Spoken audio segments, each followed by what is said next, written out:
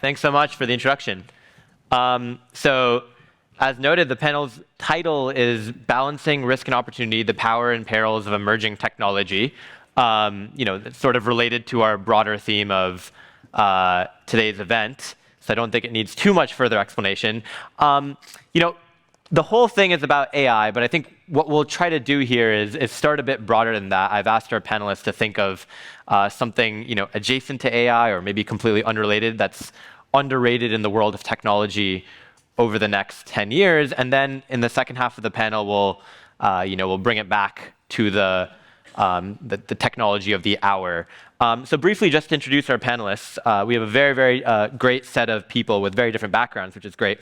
So first, Julian David, who's the Chief Executive of Tech UK. And then we have Naina Bhattacharya, who is the Chief Information Security Officer of Danone.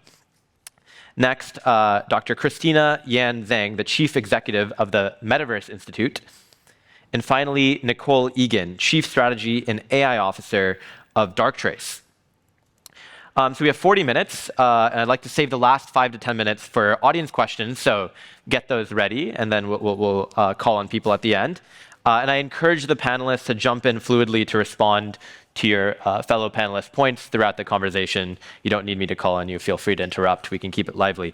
So as mentioned, I'd like to start by asking each of you, what's one example of an emerging technology, ideally not AI, but it could be related to it, that you think is underrated, but poses a big potential for transformation over the next decade?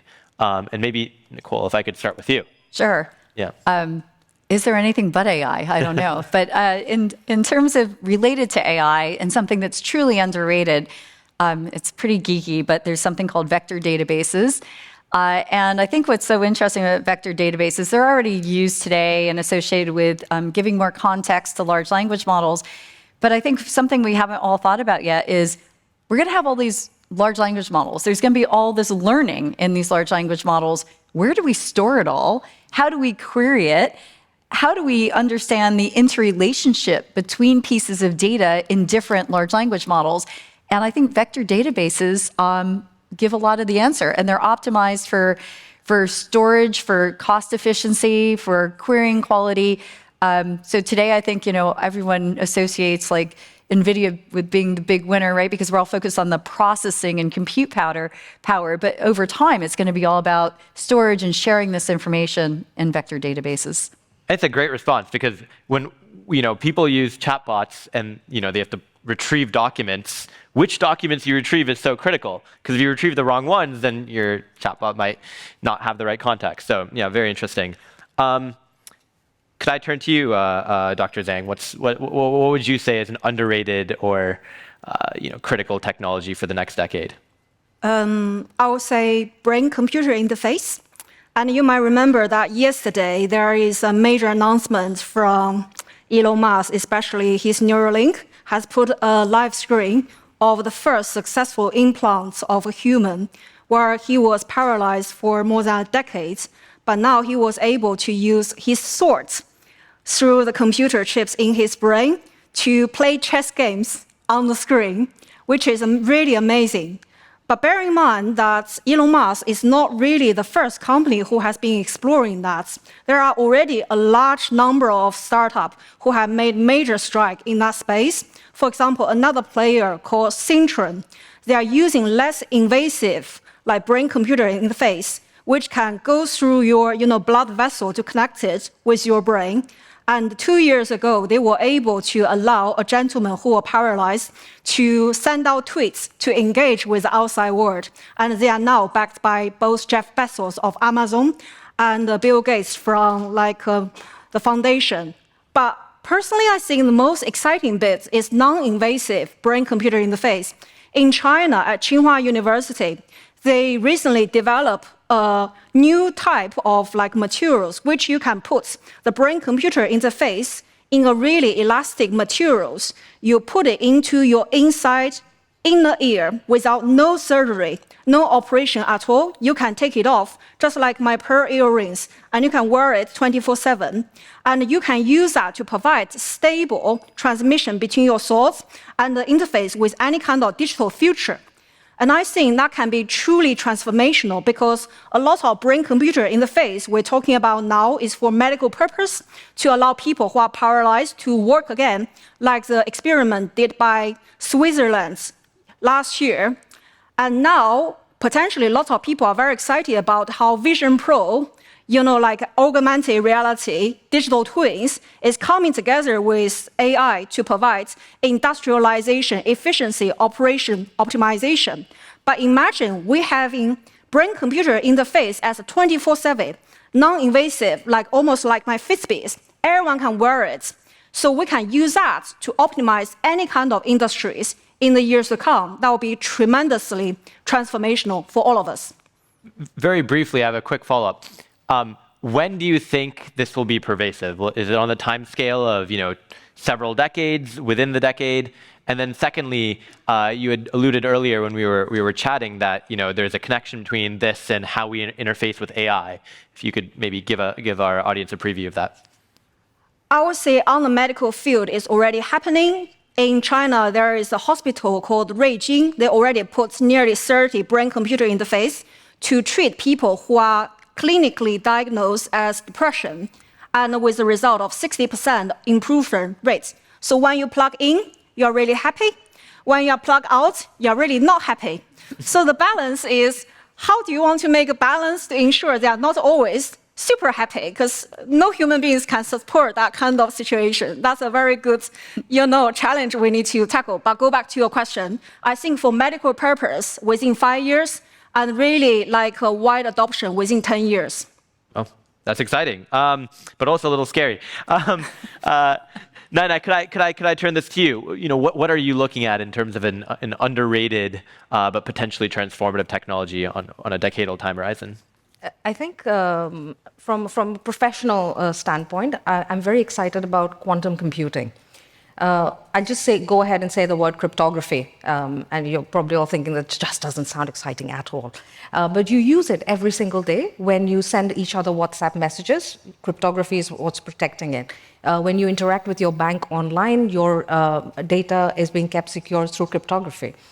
And what quantum computing is bringing to this game is that at this point in time, most of the algorithms that are used for cryptography rely on the fact that it's very hard to factor large numbers. So it takes ages and ages to try and break it. But with quantum computing, this could happen very, very quickly. So one of the things that the industry is really working on is how do we build quantum-safe cryptography algorithms. So that's very exciting from a cybersecurity standpoint. At the same time, if you think about the possibilities that quantum computing brings into an area like cyber, like Nicole was saying, you have reams and reams and reams of data. How do you make sense of all of this data? And there's a potential with quantum computing to be able to really look into this very quickly and find where the problems are. One of the issues in cybersecurity is that we are finding it very difficult to quantify risk. If you think of insurance, you have data on accidents, you have data on natural disasters. We don't have enough data on cyber. And it could be truly transformative if we could quantify cyber risk and make investments on that basis rather than finger in the air. So I'm very excited about quantum computing. Personally, though, I'm very, very excited about robotics. I love the fact that the vacuum cleaner can run around on its own. And I really want that technology to progress in the future. Super interesting. Could I just ask a brief follow-up? You mentioned quantification of cyber risk. Why can't we just look at historical data or other companies and see how often incidents work? What's the difficulty there?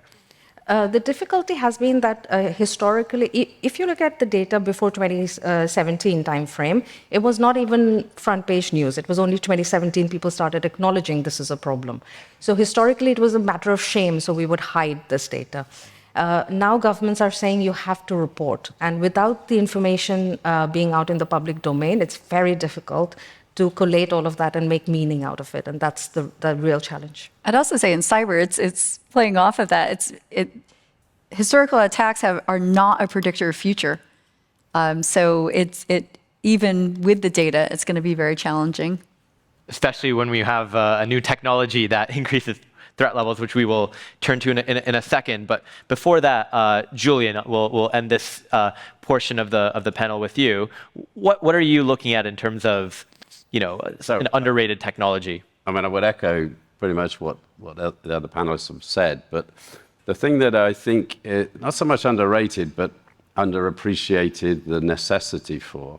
And those of you UK-based, you may have seen that the new government department, ARIA, is actually putting out a competition to address one of the biggest issues to do with the modern compute environment, which is energy usage, and the absolute amount of power that we are now bringing to practical use. And that means, I'm sure you all know about the Jevons paradox, which is if you make something more efficient and you make it cheaper and you make it easier, people just use more of it. That's applied throughout tech.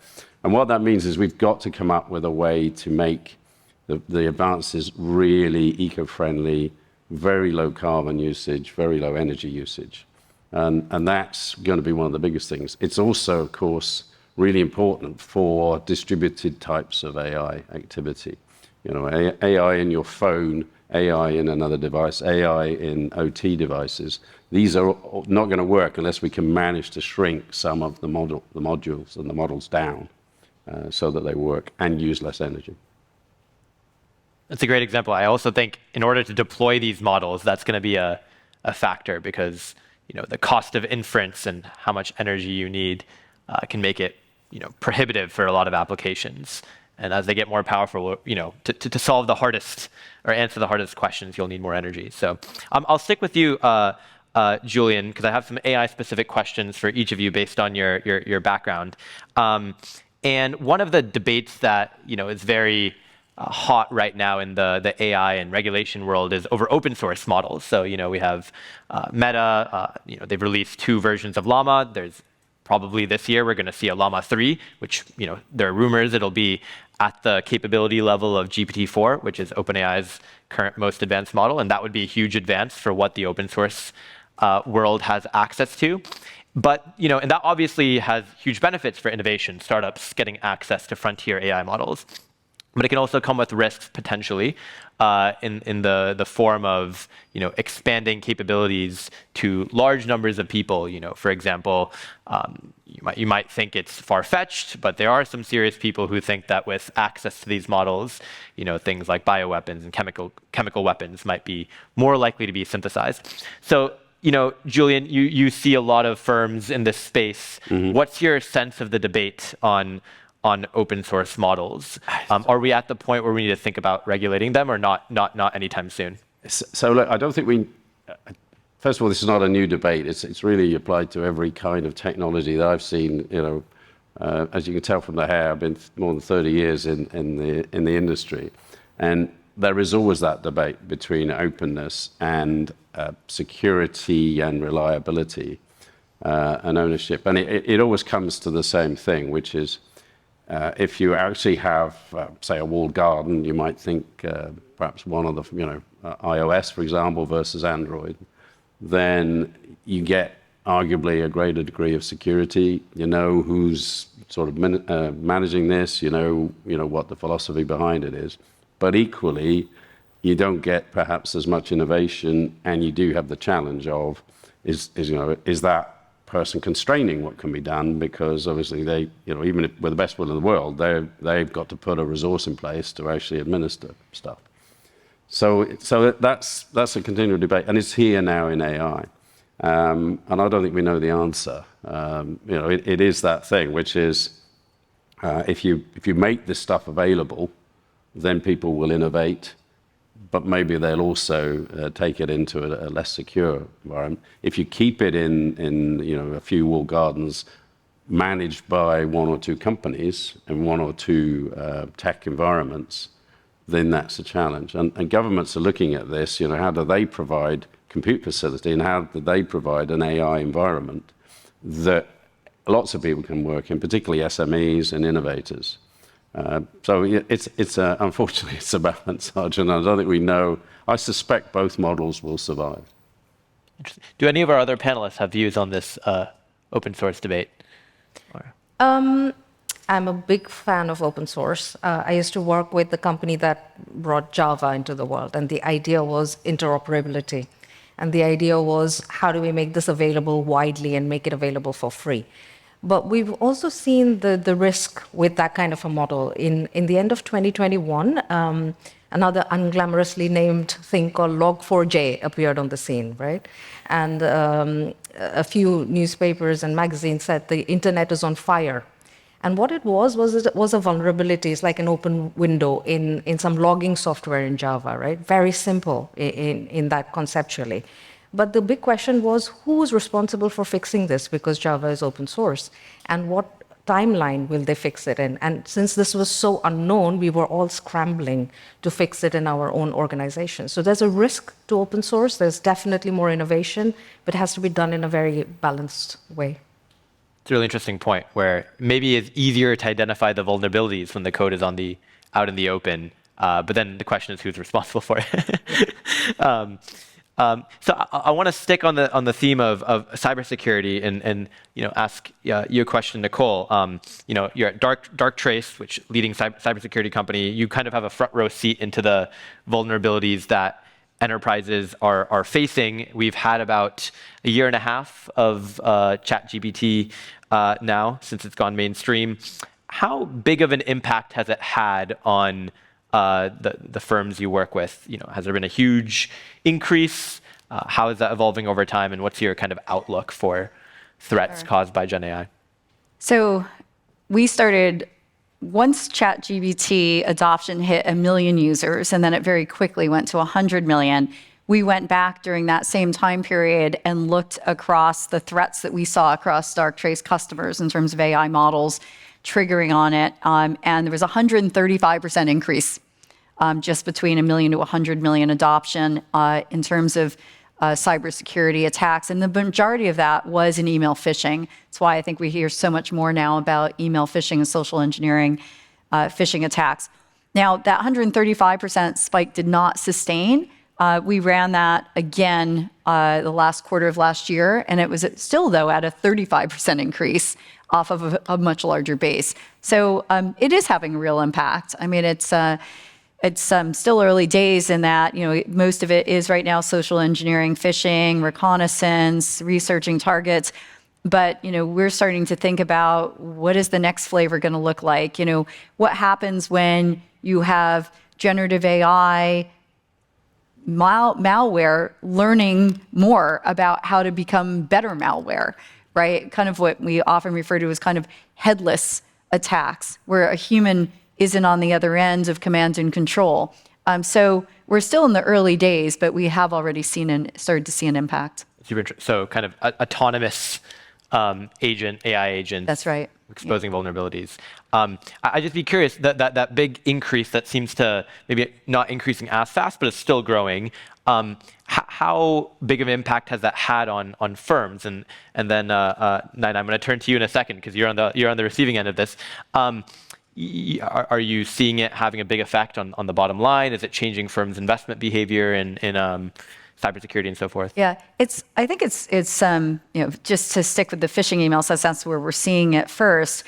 Just think about that email security person or team, inside your company. You have two things happening. One is the volume of attacks and sophistication, right, are going up. So that's putting a burden on them. But the other thing that's happening is we've done all this security awareness training, and that's great. But what it's actually done is there's an over-reporting by employees of things they think are a phishing attack. In fact, 90%, 9 out of every 10 emails an employee submits would not have done any damage. Wow. But so you've got the volume just overloading from both sides, right? The attack volume and the reporting from employees. So I think one of the things that we've seen is if you can take the AI, not just give it to the security team, put AI in every employee's inbox. And actually, when you get a suspicious mail, have the AI do the background check for you and kind of say, this is concerning, or this is why it's concerning, or hey, this looks legit. So I think it's going to change the whole paradigm where it's not just the security team using security tools. I think every employee is going to have AI helping them out. Super interesting. So there's kind of this race with both sides adopting AI. Naina, you're on the receiving end of these types of attacks. Is that how you're seeing things evolve? Have you been able to effectively use AI for defense? And how are you seeing the threat level increasing or decreasing over the future? I want to answer this question a bit. Sorry. Was that for me? For you, Yes, for you. Thank you. Yeah. So I want to answer this question as a practitioner and as a user of AI, because I think they're slightly two different hats. As a practitioner, of course, I work with a team of ethical hackers, and they want to see what can we break, right? And one of the things that AI makes very easy is writing tailored phishing emails. So all that training we used to do on lookout for spelling errors and things like that is a thing of the past, right? It's super easy, super fast. We can also take bits of malware and change that malware really rapidly as well. So we can make variants of the malware, makes it very difficult to detect. So that's the other issue that we are facing. And the third issue that we're facing is this idea of deepfake. And as the kids say, right, there's an app for that. You can literally download an app, not from legitimate sources, but that will give you a deep fake as long as you have a few pictures of a certain person. There's been a recent incident when it looked like the CFO of a company was talking to their employee, and they gave a payment of about 25 million, if I'm not mistaken. So that's kind of what we are dealing with now, and there's no real technological solution for that. So we just have to say, double check, make sure it's the right people. So there's a lot of focus on awareness at this point in time. As a user of AI, I love what machine learning kind of algorithms are doing for the cybersecurity profession. Earlier, it would all be pattern-based, right? Antivirus would look at known bad things and say, okay, that's a known bad thing, I'm going to block it. Now we're able to look at behavior and say, okay, this machine is behaving in a very weird way, this doesn't make sense, let me stop it. So what that means is my small team can focus on advanced problems and leave a lot of the day-to-day kind of response to technology. And that's why I really love the potential of AI for cybersecurity in that way. Interesting.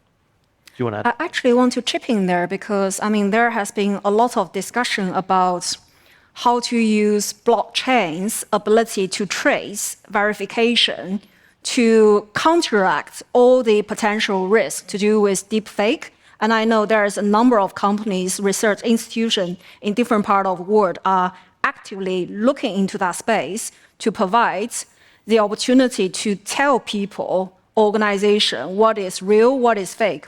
Because what we notice, Julian, you probably know this very well, from a legislation perspective, a number of governments, they are actually mandate the social media platform to watermark any kind of content which is generated through AI, which I think is a short-term solution.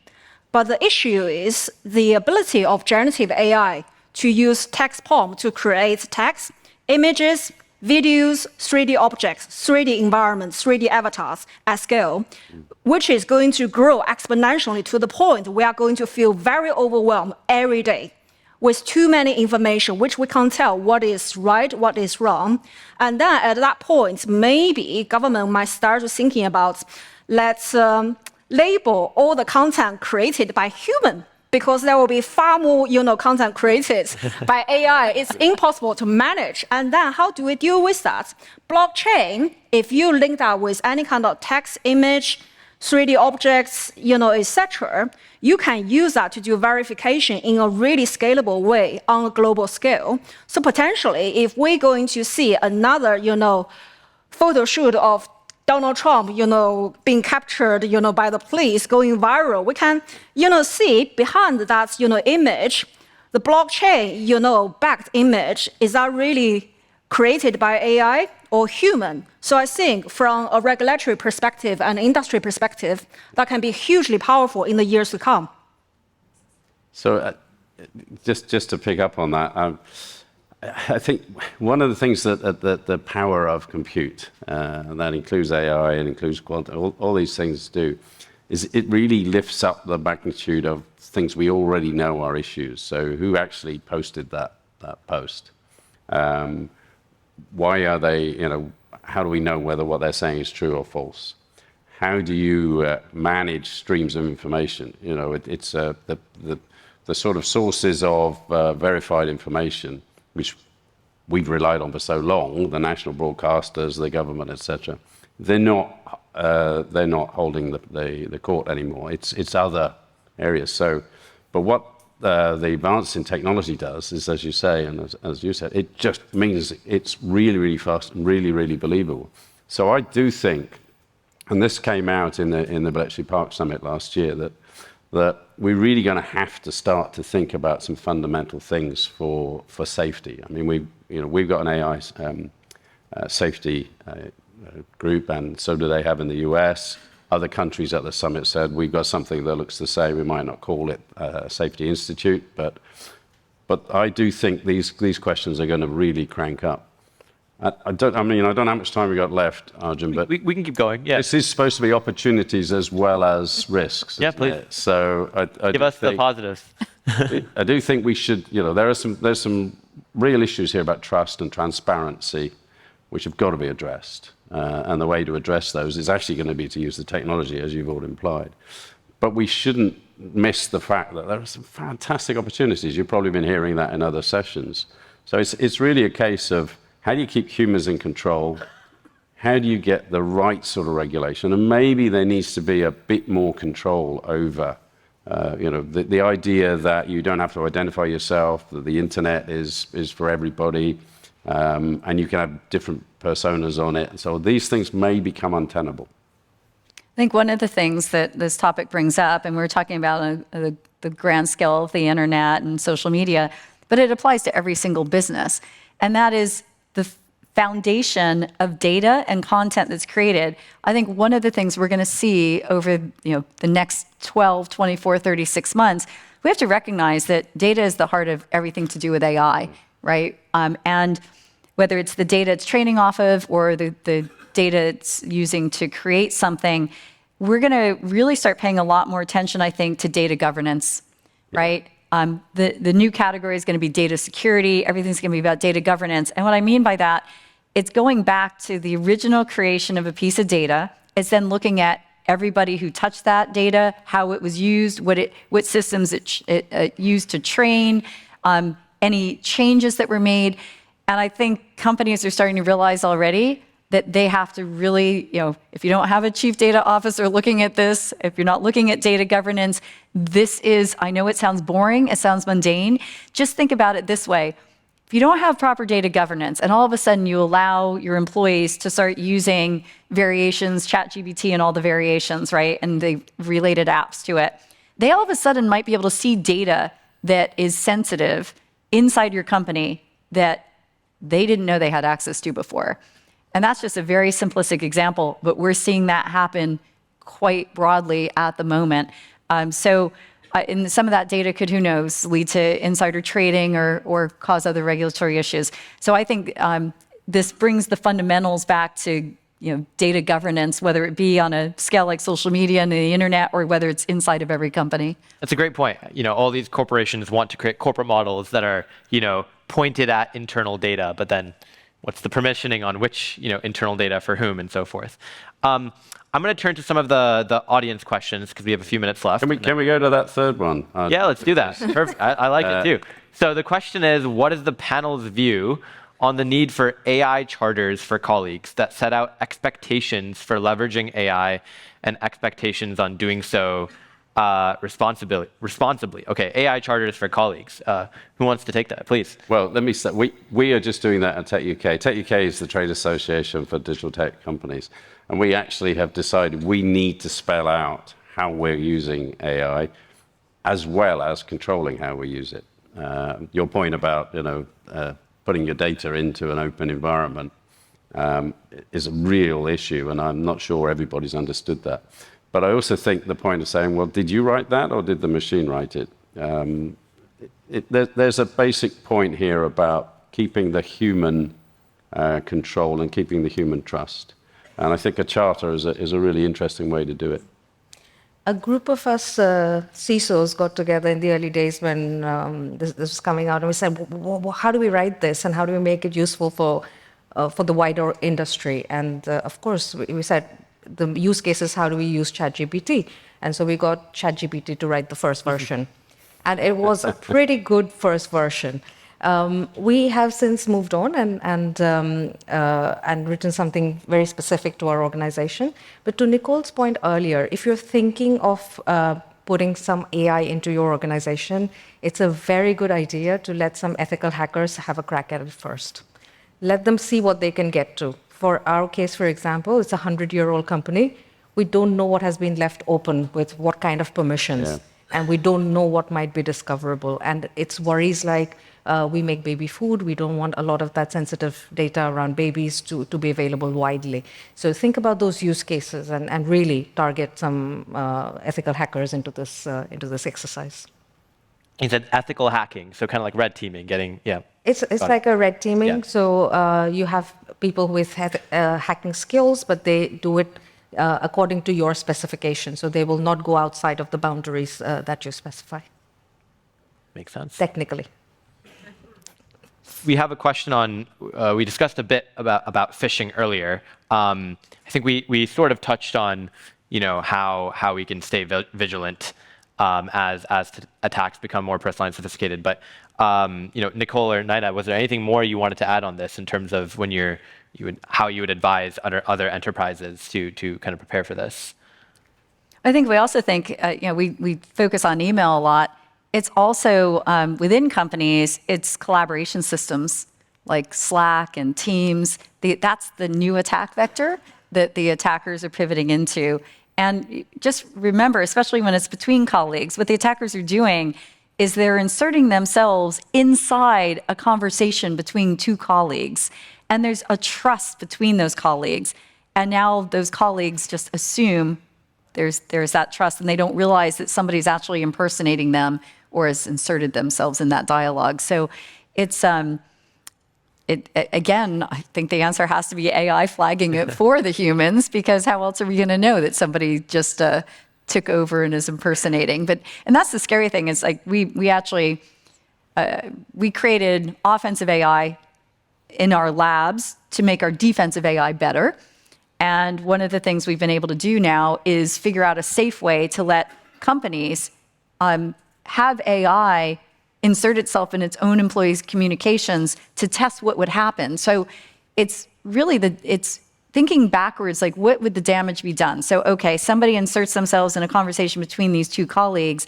What happens next? Is there an attack path that attacker can leverage? They're not there just to sit and listen to you chit chat, right? What is it they're after? They're after what's called like escalating privileges, lateral movement. They're trying to go after the crown jewels of your business or take some system down. So one of the things we do is we actually allow this AI phishing simulation to happen, and we model what the impact is, and then we figure out how to harden, using AI algorithms, how to harden and make those critical attack paths safer. That's very, very innovative strategy for kind of, I guess, doing your internal red teaming in a sense. Could I quickly add? Please, yeah. A couple of very practical things, right? One is, in the 1990s, we were worried about spam. Now, if you look at your personal email, spam filtering has got really, really good, right? The good news is email security has also got really, really good. So please use some good email security tools. It's a bit expensive, but that really helps. Yeah. And the other thing is, then you can focus more the awareness piece on the emerging stuff like deepfake. Getting the C-suite to say, we will never talk to you in this manner, we will never ask you to secretly talk to my lawyer, has been very powerful in our case. Yeah. Great. I want to ask Dr. Zhang about this question, because you were referring to many different futuristic technologies before. What would you use the Isambard AI supercomputer due to launch in Bristol this summer if you were in charge? What would you use it for? Oh, good question. I think at this moment, the most urgent issue all of us facing is climate change, especially global warming. If you're traveling around different parts of the world, one thing you feel quite strongly is getting hotter and hotter each passing day. I personally, I'm very foodie. and I really like steamed dumplings. But the issue is when you become the steamed dumplings in the bamboo case, that's not really a good idea.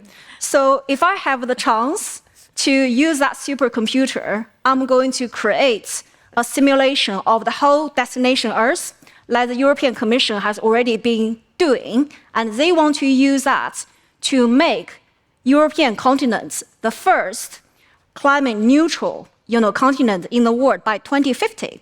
We're no part of Europe anymore, but we have some of the best technologies, whether it's quantum, high performance computing, AI, etc. I don't know why, maybe like Tech UK as one of the most influential, tech organization in this country can take a lead to lobby whoever is going to be the next prime minister this year to set up the UK's first digital Earth fighting climate change and make the UK the first climate neutral country in the world by 2030. How does that sound to you? Sounds like an opportunity or a challenge.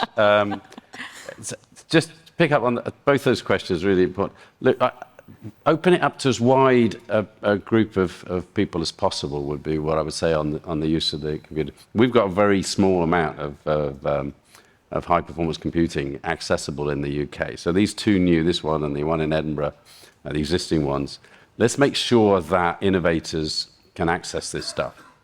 Connect it with the universities that are working on things. Let's have some themes as well. Climate change is a great one. Equally, medical advances, and there are other industries there. I would also say we need to start thinking about defence in a different way because it's a dangerous world, and we need to actually understand some of the stuff that's going on with these technologies in that space.